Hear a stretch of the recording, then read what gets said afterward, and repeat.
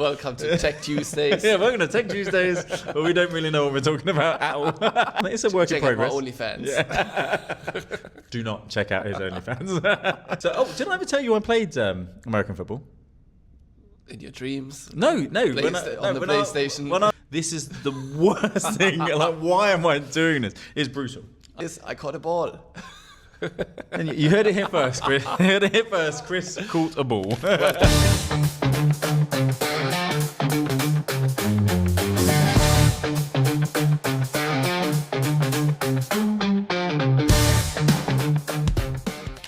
Welcome back, everybody, to Desert Diaries. Woo! Fuck, we didn't practice this, but managed to say it exactly on the spot. Exactly on the spot. It's perfect. New intro. Yeah. So, what have you been up to, Chris? Many things, actually. And we missed it last week because we ended up just eating and hanging out actually last week. Turned out we did exactly what we usually do on camera. What's wrong with your mic? Why is it? There you go. Look at that. That's nice. Look at that. Even better, huh? Yeah. Little does the viewer know there's not even a cord connected to it. Okay, we don't need to explain why, because we've now got Wi-Fi. Technology, people. Yes, they're Wi-Fi, Bluetooth, whatever. How does Bluetooth make money? Huh? How does Bluetooth make money? Make money? Well, it's in everything, isn't it? Yeah. How does it make money? Do you think they license it? The company who came up with the technology? Yeah. For sure. But I think because everything has Bluetooth. There's not a piece of technology now that connects to another one that doesn't have it. Do you remember back in the days when you had to like hold the phones together because of the infrared when you were like sending things to your friends? So the technology before Bluetooth was infrared. Really? Yeah. I can't remember that. But if you wanted to send something from one phone to the other one and not pay horrendous amounts of money for an MMS, you had to like hold the phones together like that. I don't remember if you send that. a song that could like take 20 minutes, so during class we would always like sit there and hold it, and then if the teacher just catches touching you, tips. Yeah. Exactly, like. That's how it works. So whatever they do in Germany. What else can I add to this? You don't need to add anything else to this. So no, but how does it? So Bluetooth must license that technology to everybody. If you think about it, it's on iPhones, it's on Androids, it's on everything. I wonder who's the guy who invented Mr. Bluetooth. Yeah. Yeah, exactly. Yeah. I mean, that's awesome though. It's a bit like the barcode thing. But it must be such a huge company then, it's not a trademark and it's just everybody using that technology, like open source kind of thing, and. Yeah. But it's the only technology that has a specific sign for it. Yeah. Well, hold on. Isn't it exactly? And you know that Bluetooth logo anywhere. Exactly. Right? And it's called Bluetooth, while like the Wi-Fi, for example, that's not something trademark. Everybody's just doing it. It's Wi-Fi, but Bluetooth sounds like it's a brand name. It is, yeah, exactly. Maybe wrong. So no, it is a brand. It is. Yeah. But I think it is because Wi-Fi is LAN, which is local area network, and then but it's literally wireless LAN, because in Germany we say WLAN, which means wireless LAN. So what does Bluetooth then? Is that WAN? Huh? WAN? No, it's called Bluetooth. But isn't it like it's not local? It's even more local. It's like really small. I don't know. Anyway, I don't know why we've been talking about Bluetooth. For goodness' sake. Welcome to Tech Tuesdays. Yeah, welcome to Tech Tuesdays, but we don't really know what we're talking about at all. If you want any technical advice from two experts, just reach out. Do you know what we saw today? What do you see? We saw the best movie I've ever seen in my entire life. You will not appreciate this at all. Teletubbies. Not your favourite show. No, we saw F1. The new movie with Brad Pitt in it, which is produced by Lewis Hamilton, which I didn't realise until we watched it. Yeah, it is amazing. That's why he was looking so fresh on that red carpet. Yeah, when we did the review of the outfits. It is just mind-blowingly good. Like this movie, you're hooked on the edge of your seat. What makes it good? I think because one, I like F1, so I think that definitely makes it more exciting because you see all the drivers in there, and you see all the people involved in F1 are actually in the show. So that makes it exciting. Plus the fact that it's directed really well. Brad Pitt's really cool in it. The other actors really cool in it, and the whole thing is just super cool. It's a great story. It has a great beginning, a great middle, a great end. The whole thing. But it's a real story, or like what? No, it's totally made up. Brad Pitt is not raced in Formula One. Yeah, but it is. I mean, even you might like it, and I know you don't like Formula One. Yeah. But I think you might like it. I think surprisingly, like sometimes I like shows about sports that I'm actually not really interested in the sports. Yeah. Like I watched this documentary about NFL. Right. And I don't really give a fuck about football, like about American football, to be precise. But the show was so good, I was like, okay, that's cool. And actually, I've even seen a documentary about the darts. the cheerleaders of the Dallas Cowboys. Now, listen. I gotta say that, what a fucking inspiring documentary. Did you go and get yourself one of those cheerleader outfits? Afterwards, I was like, I gotta get into that. Still practicing. You're still practicing? It's okay. Yeah. It's a work in progress. Check out my OnlyFans. Yeah. Do not check out his OnlyFans. So, did I ever tell you I played American football? In your dreams? No. On the PlayStation. When I was about 18, when I used to play rugby, a mate of mine played American football as well, and he said, look, do you want to come along and give it a try? Yeah. And I was like, all right. So I'm thinking this is going to be like, it's nothing compared to rugby. So I went over there, and they wanted me to be, so I just literally, when I say I played 3 games, and they were all practice sessions, and they got me to play as a wide receiver. So basically, wide receiver, you've got the quarterback that basically throws the ball. I run down the outside, catch it. He scored a touchdown, or get a few yards, whatever. And so I remember my first training session, I hadn't got any kit, so I was borrowing it off some of the guys, and the kit that I got wasn't my size at all. And I remember running down the outside, the guy throwing me the ball, I jump. As you jump up, all your body armor lifts up with you, and these 2 massive units just smack straight, like literally like that, into me. And I remember laying on the floor thinking, this is the worst thing. Like, why am I doing this? It's brutal. Okay, let me tell you how it's done. Because I'm actually Mexico City's most famous football player. Not gonna lie. American football? American football. Okay. Like, please Hugo, continue, if you Chris. watch this, you can confirm. So I was in Mexico City visiting my friend, and they have a family football team, but they play what's it called? Flag football. Okay. Oh yeah. So you don't actually crash into each other. Yeah. And so they asked me if I want to join for the match. And I don't know how to do that. Like, I mean, I know how to throw the football, as we established when we were on the beach. But I'm like, I have no idea about the rules, where to run or whatever. And it was like, first of all, such an experience. Like in Mexico City on some random football field, and like his dad is super passionate about it. Yeah. So like they take it serious, very serious, and the other team as well. And but then they switched me in last minute, and they were losing very badly. And you did like Hail Mary or something. And I just go in, run down the line, and catch that damn ball. Touchdown. The Hail Mary catch. Look at that. That was it. I mean, we lost the game anyways. But like who can say he did a touchdown somewhere in Mexico City? How does that make you the most famous? There's not that many other Europeans in that league. I guess. But I thought you were going to say you won the game. Huh? I thought you were going to say by doing that Hail Mary catch, you won the game. What I'm saying is I caught a ball. And you heard it here first, Chris. Chris caught a ball. Well, you just got smacked down because you were too slow. I'm just fucking going straight down the line. Brilliant. Catch it in 2 meters height. Great story. Didn't we have a plan about what we were going to talk about today? All right. What was it? Question of the day. Oh, question of the day. Does manifestation work, or is it absolute bullshit? Interesting question. Does manifestation work? I'm going to say yes. But I will caveat that with I believe it works, but I think part of it is because you're just thinking about it so much, and when it does happen, you're like, But I do think having a positive mindset about everything is much better than have a negative mindset. If I've met people over the years, when you meet them and they're negative, usually shit is okay. Negative stuff kind of surrounds you. You naturally like bring it in. I don't. Yeah. Where if you're like positive all the time and you try and be like outwardly positive and kind and treat people the way you want to be treated yourself and stuff, often that kind of comes back to you. So how does Germany survive as a country? Well, wow, that turned quickly, didn't it? I mean, what are Germans like? Huh? No? Negative. Really? Yeah. Yeah. It's a default. Have you not recognized? Yeah, where was I? Who?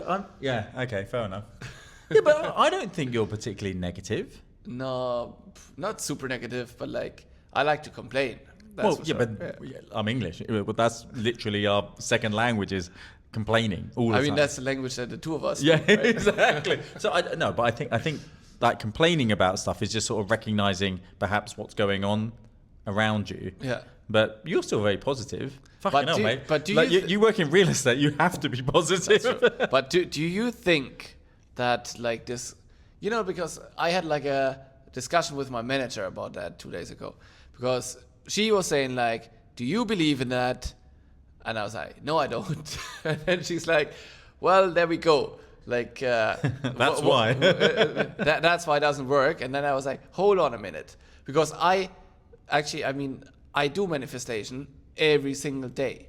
So I'm lying in my damn bed in the morning. Yeah. And I'm like imagining situations and try to feel the feelings I would feel if those things actually come true. And I do believe in the thing in a way. Yeah. However, what I did recognize is that short-term manifestation, as in today this is gonna happen, I don't think that works. I think it's like I did recognize that on the long run, all of the things I always imagined to happen at some point, like for example, I always wanted to study in the US and I did it.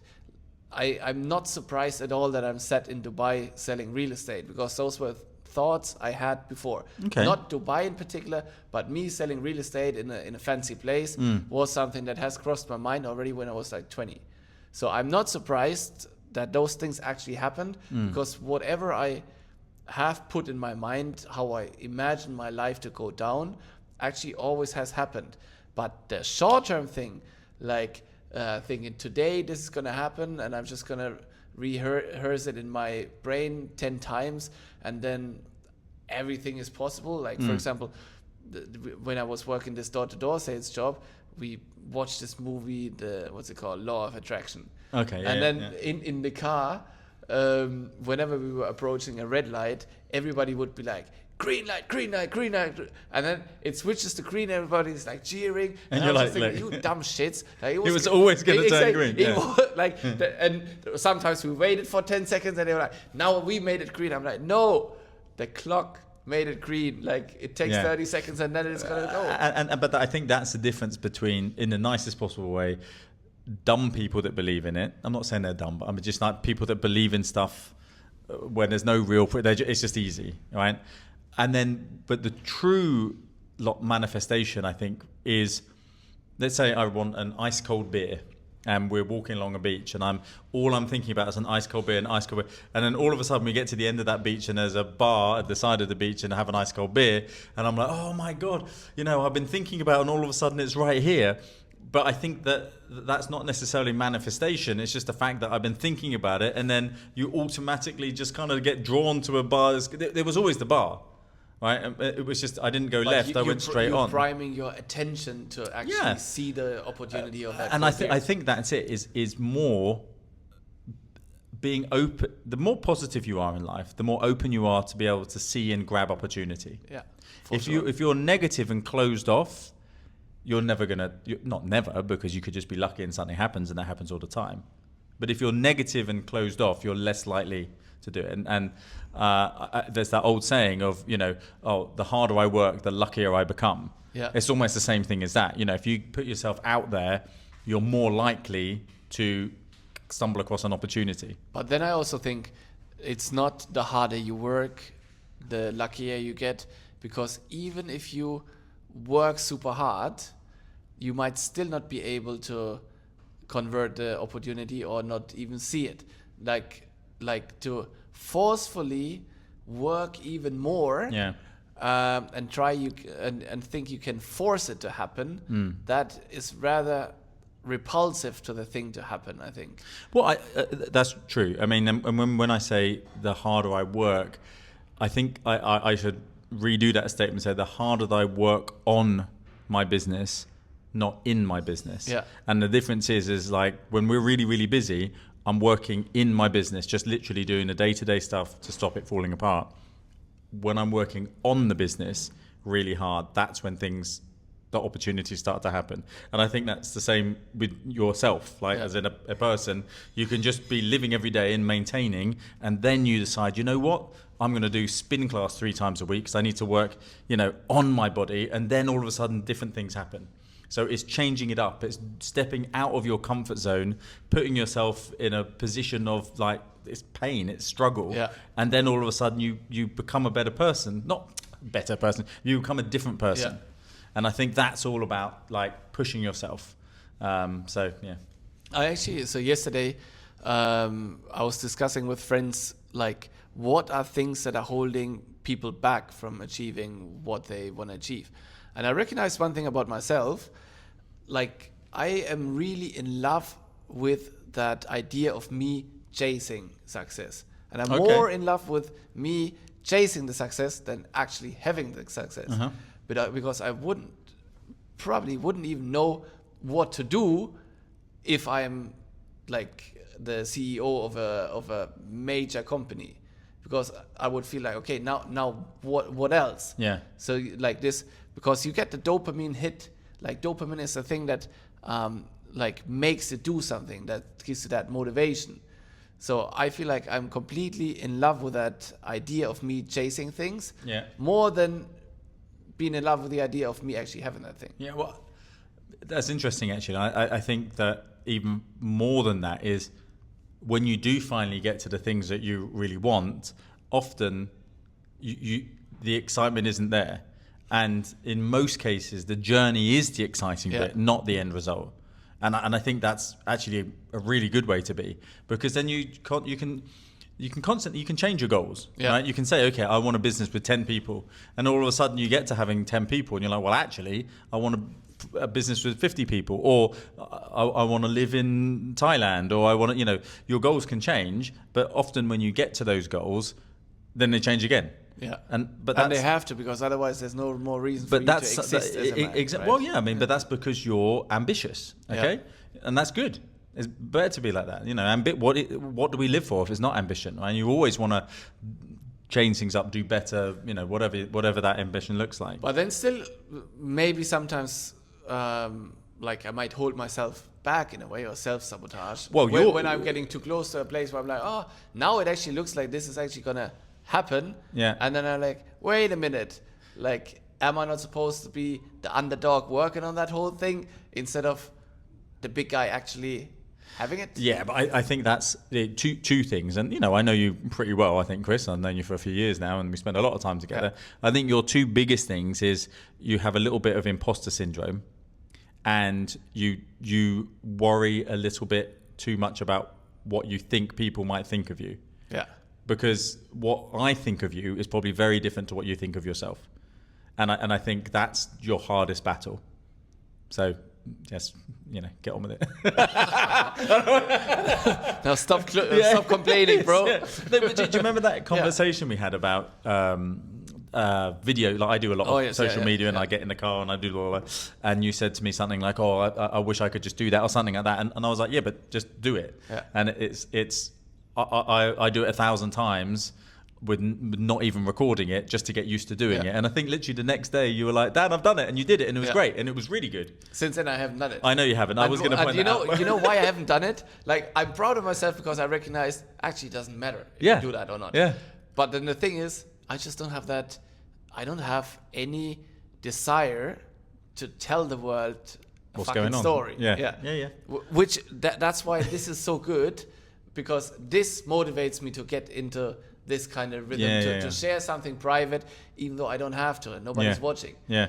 Because I'm always like, why would I? Like, I don't feel like people would actually benefit from it, or I actually don't give a shit to share it with others. That's the big thing, and the difficulty in the world that we live in today is because social media is so vast and it's out there so much, it is very difficult to build a business without having a social media presence, because people are used to trusting people from seeing them on social media.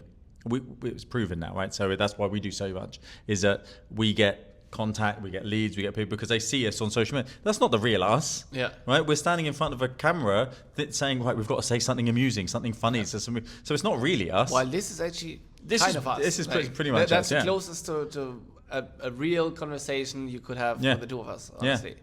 So, but I think that if I were you, being that the knowledge that you have, the person that you are, doing more social media would certainly, if you wanted it to, bring you more leads through social media, without question. So it's getting past that bit of, I don't know if I've got something to say. That doesn't matter. You've got to get out and do it. Yeah. And that's just it. But then you really need to come up with ideas. What am I going to say? And that's something I'm like, what am I going to say? Well, not much to say today. Or... I, for example, things that I find boring to talk about or I find boring to listen to, I don't want to say, even though I know it works.